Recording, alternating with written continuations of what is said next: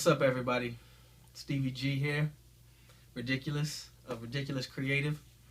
Wanted to tell you a little kick story here. Something that's very important to me, something vital to my connection to this culture. There's many entry points for me. Kicks were the very first reason that I got my very first job.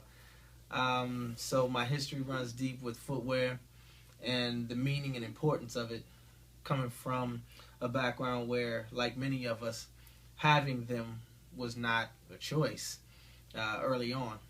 And when you get the ability to gain access to something that you've wanted and desired for so long, it often blooms into a completely different thing all its own. It was 92, and I was at the University of Nebraska on a track scholarship.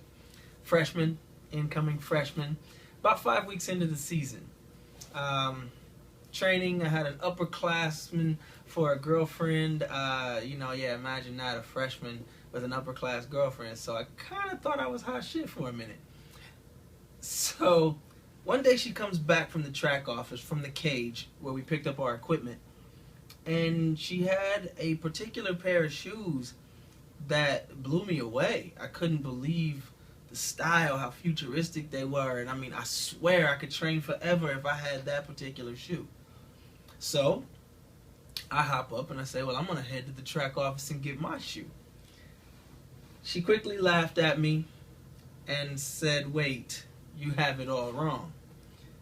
You have to make the team, then make the travel squad, then score at conference. If you make the conference team, maybe you have to add an All-American, and then, maybe then, you can get specialty equipment.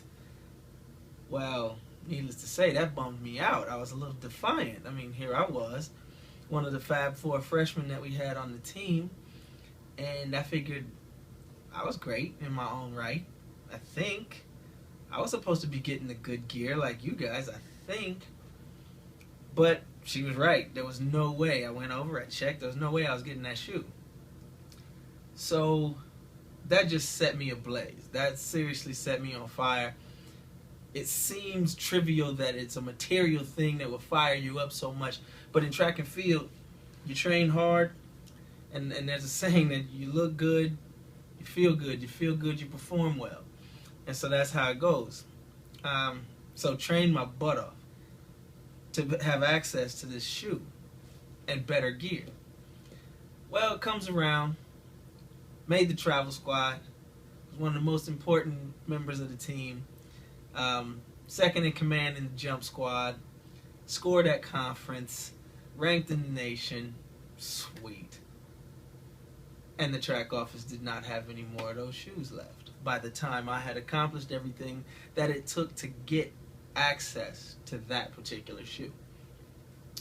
So that again fired me up. I was livid because I had done everything the right way to gain that prominence, to gain that notoriety, to earn that next level. So I promised myself it would never happen again. Sure enough, next year I was granted access to the cage to get the better equipment, the first choice equipment, specialty order equipment for anything that I needed, because I had made myself a valuable member of the team. But I still missed out on that shoe. And years later, as the shoe re-released, missed out on the first few of those, just not being aware of the release or not having the means to get them at the time. But that's all fixed, rectified, situation all better. Air Max 93 with the 180 air bubble. It gets no better than that. That's my kick story.